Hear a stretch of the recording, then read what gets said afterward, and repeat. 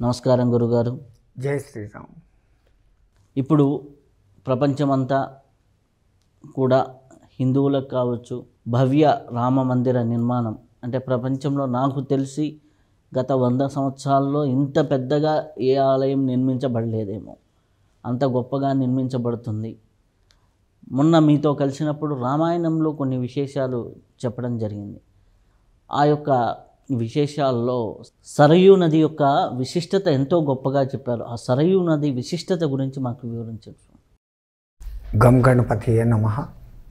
ఐం సరస్వతియే నమః. శ్రీ గురుభ్యో నమః. మా గురువుగారైనటువంటి మహంత్ హిమాలయ గిరిజీ మహారాజు వారి పాదపద్మంలో మనసులో నిలుపుకొని అయోధ్యారాముని విశేషాలు చెప్పబోతున్నందుకు ఆ అవకాశం కల్పించిన మీకు ధన్యవాదాలు సమర్పించుకుంటున్నాను. మీరు అడిగిన దాన్ని బట్టి ఏది ఎక్కడ మొదలు పెట్టాలో తెలియదు. కొద్దిగా రామాయణం గురించి చెప్పుకుంటే, వాల్మీకి ఆది కవి, ఆది కావ్యం రామాయణం శోకం నుంచి శ్లోకాలుగా పుట్టి వచ్చినది మొదటిది.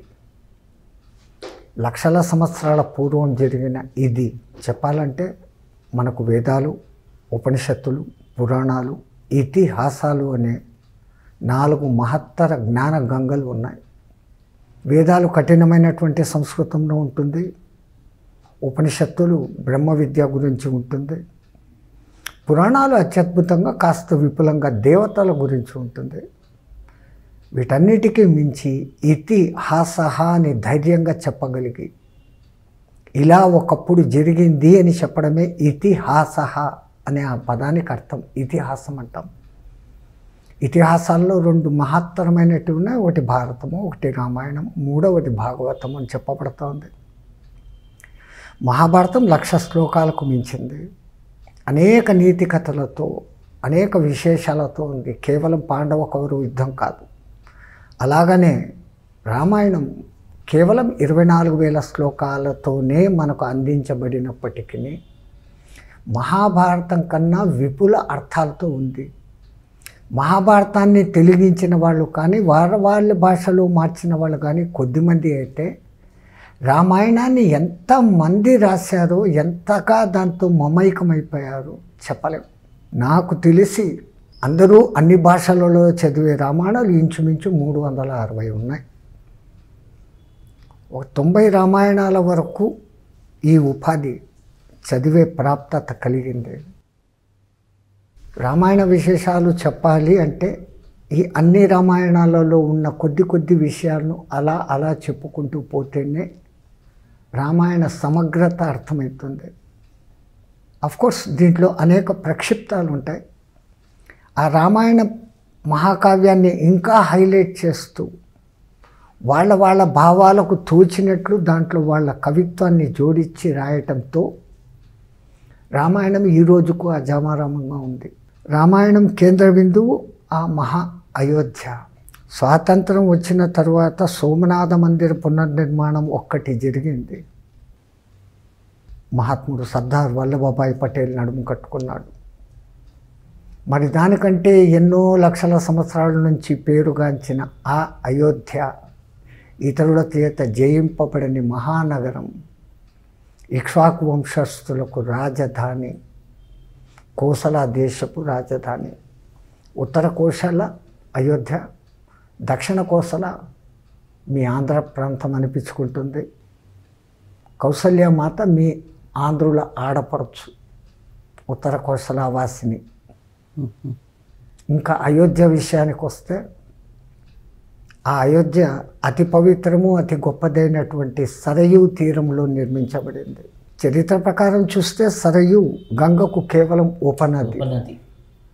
అయినా ఒకానొక కథనం ప్రకారము కొన్ని వందల సంవత్సరాల క్రితం, ఆధునిక కాలంలోనే, మీరు క్రీస్తు శకము అంటారే, ఇంచుమించు 4వ-5వ శతాబ్దం, ఇంకా ముసల్మాన్ల ప్రభావం మన మీదకి రాని కాలంలో రాజా మాన్సింగ్ అనే ఒక మహా వ్యక్తి పరిపాలించేవాడు. పరమధార్మికుడు, ప్రజలందరినీ కంటికి రెప్పలాగా. ఎట్లాగైతే అయోధ్య రాజులందరినీ కూడా జనకుడు అని పిలుచుకుంటారు. దేశపు రాజుల్ని జనకుడు అంటారు. ఆ రాజుల పేర్లు వేరే ఉంటాయి, కానీ తండ్రిలాగా పరిపాలన చేస్తున్నారు కాబట్టి వాని అసలు పేరు ఎక్కడా ఉండదు. అందరినీ కూడా జనకుడు, ఒక్క నిమి కుక్షి వికుక్షి తర్వాత దేవరాతుని తర్వాత అందరినీ కూడా జనకుడు అని ఎలాగ పిలుస్తారో, అయోధ్య రాజులు ఇక్ష్వాకు వంశ చక్రవర్తులు ఒకరిని మించి ఒకళ్ళు ప్రజలను సుభిక్షంగా పరిపాలిస్తూ ఉన్నారు. ఈ రాజా మాన్సింగు ఆ అయోధ్యనే ఈ అయోధ్య అనే భావనలో లేడు. ఏదో అయోధ్య, నేను దీనికి రాజును. ఆయన ఒకసారి అట్లా సరియు తీరంలో విహారానికి చేస్తున్నప్పుడు అవతల ఒడ్డు నుంచి ఒక నల్లని గుర్రం మీద ఒక నల్లని వ్యక్తి, నల్లటి వస్త్రాలు, పై నుంచి కింది వరకు అంతా నలిపే, నది వైపుకు వేగంగా వస్తున్నాడు. ఆ వస్తున్న వేగం చూస్తే ఆ నదిలో దూకి ఆత్మహత్య చేసుకుంటాడేమో అనిపించింది ఈ రాజుగారికి. నేను ఇంత చక్కగా రాజ్యం చేస్తున్నాను, నా ప్రజలలో ఒక్కడికి అపకారం చేయకుండా ఈడెవడు ఆత్మహత్య చేసుకునేకి వస్తున్నాడు అనుకుని నిలుపుతాము అనుకునేంత లోపల ఆ నల్లని గుర్రము నల్లని వ్యక్తి నదిలో పడిపోయారు. కొద్ది క్షణాలలో ఈయన ఉన్న ఒడ్డు వైపుకు, ఇటువైపు ఒడ్డుకు ఒక తెల్లని గుర్రం మీద తెల్లని మెరిసిపోయే దుస్తులతో కూర్చున్న ఒక వాళ్ళు, ఆ గుర్రం అట్లా ఆకాశానికి ఎగిరిపోయి, ఈయనకు ముందు ఏం అర్థం కాలే, కలనా నిజమా అనుకున్నాడు. ఇంకా ఈ సంఘటన ఆయన వ్యాఖ్యానికి వస్తున్న ప్రతిరోజు ఇలాగే జరుగుతుంది. 7-8 రోజులు ఈయనలో ఉత్సుకత పెరిగిపోయి అసలు కథ ఏంటో తెలుసుకుంటాము అనుకున్నాడు. ఆ గుర్రం ఎక్కడైతే బయటకు వస్తుందో ప్రతిరోజు తెల్లగా అయ్యి ఆ చోట మాటు వేసి కూర్చున్నాడు. గుర్రం అలా పైకి వచ్చి ఎగరబోతుండగానే చేతులు అడ్డం పెట్టి, మహానుభావ కాస్త ఆగండి, నా సంశయం తీర్చండి అన్నాడు. ఆ గుర్రం పైన ఉన్నటువంటి మహావ్యక్తి నవ్వుతూ, రాజా, నువ్వు ప్రజల్ని ఇంత బాగా పరిపాలిస్తున్నావు కాబట్టి నీవు దైవశక్తులను చూడగలిగే దృష్టి నీకు వచ్చింది, ఏం అడగదలుచుకున్నావు? అయ్యా, మీరేమో అటుపక్క నల్లగా వస్తున్నారు, క్షణాల్లో ఇటుపక్కకు తెల్లగా అయిపోయిపోతూ ఉంటారు, ఏంటిది అన్న. నాయన, నేను ప్రయాగ్రాజ్ను, ప్రయాగకు అధిపతిని, త్రివేణి సంగమం అలహాబాద్ దగ్గర ఏది ఉందో దానికి అధిష్టాన దేవతను నేను. త్రివేణి సంగమం అంటే ప్రపంచంలోని ప్రతి ఒక్కళ్ళు స్నానం చేసేదానికి అక్కడ వస్తారు, తమ పాపాలు కడుక్కోవాలని. వాళ్ళ పాపాలు కడుక్కుంటారు, బాగుంది, ఆ పాపాలన్నీ నాకు చుట్టుకొని నేను నల్లబడిపోతాను. తిరిగి వాళ్ళ పాపాలు స్వీకరించే శక్తి నాకు లేకపోయినప్పుడు నేను ఇక్కడ వచ్చి నా పాపాలను కడుక్కుంటాను అన్నాడు. ఇది ఇంత చిన్న నది, గంగకు ఉపనది, ఇది నీ పాపాలను కడుగుతుందా? దీనికి ఇంత మహత్తర శక్తి ఏమి అని అడిగినప్పుడు, పిచ్చివాడ, రాజా రామచంద్రుడు, ఇక్ష్వాకు వంశ రాజులందరూ ఇక్కడ జలకాలాడారు. రాముడు పూర్తిగా తాను అవతార పరిసమాప్తి చేసేటప్పుడు తన దేహ పరిత్యాగాన్ని ఇక్కడే ఈ నదిలో చేశాడయ్యా. లక్ష్మణస్వామి, భరత శత్రుఘ్నుడు అందరూ అంటే సరయూ నదిలోకి వెళ్ళిపోయారు వాళ్ళు. తన దేహ పరిత్యాగం చేయాలంటే సరియులో నిమజ్జనం కావాలి, అంటే జల సమాధి, జల నిమజ్జనం. దాన్ని సమాధి అని చెప్పకూడదు, చనిపోయే వాళ్ళు జల సమాధి అంటాం. వాళ్ళు ఈ అవతార పరిసమాప్తి ఏదో ఒక విధంగా చేసుకోవాలి. కాలం సమీపించింది, రామచంద్రుల వారు ఆ విధంగా దాంట్లో ఇదయ్యారు. అంతటి పవిత్రత ఉంది దీనికి అని చెప్పాడు. అంటే మీరు చెప్తున్న నిజమైన అయోధ్య ఈ అయోధ్యనేనా అన్నాడు. అవును అన్నాడు. ఆ మహానుభావుడు ఆయనకు దివ్య దృష్టి ఇచ్చి ఆ కాలపు ఆ మహత్తర అయోధ్యను వజ్రవైడూర్య ఖచ్చితమైనటువంటి ఆసనాలతో, తోరణాలతో, పన్నీరు అత్తరులతో చిలకరించిన మార్గాలు, రాచమార్గాలు ఉన్నటువంటి చోట రామాయణంలో క్లియర్గా రాస్తారు. రథాలు పోయేదానికి ఒక మార్గం అంట, పాదచారులు పోయేదానికి ఒక మార్గం అంట, వ్యాపారులు వ్యాపారం చేసుకునేదానికి స్థలాలంట, ఫుట్పాత్లు అని ఈ కాలంలో ఏం చెప్తున్నారు. అంత అద్భుతమైనటువంటి సుందర నగరం, 7-8 అంతస్తులకు ఎక్కడా ఏది తక్కువ కాని మహాభవనాలతో ఈ రాజా మాన్సింగ్ కళ్ళకు కనపడింది. ఆ దివ్య దృష్టి అంతమైపోయిన తర్వాత, మహానుభావ, మరి ఆ అయోధ్యను ఈనాటి ప్రజలందరూ కూడా చూసేటట్లు నా కళ్ళకి ఎట్లా కనపడిందో అట్లా నేను కడతాను, అనుజ్ఞ అన్నాడు. పిచ్చివాడా, నువ్వు చూసిన ఆ భవనాలలో ఒక్క భవనం కట్టేదానికి కూడా నీ రాజ్యం అంతా అమ్ముతే సాధ్యం కాదు, అది సంపూర్ణ వజ్రవైడూర్య ఖచ్చితము అన్నాడు. మరి నా ఆశ తీరేది ఎట్లా అంటే, దాంట్లో నుంచి నువ్వు చూస్తున్న భవనాలలో నుంచి 16వ వంతు భాగంగా కట్టుకో అన్నాడంట. ఈరోజు ఎవరైనా అయోధ్యకు సందర్శకులు పోతే అక్కడున్న గైడ్స్ మిమ్మల్ని తీసుకెళ్ళి సీతా గుంగట్ ఉఠాయా స్థల్, అది ఇది కౌసల్య మందిర్, దశరథ మందిర్ అనేసి మీకు చూపిస్తారు. ఆ భవనాలన్నీ ఆ మహానుభావుడైన రాజా మాన్సింగ్ కట్టినట్టే.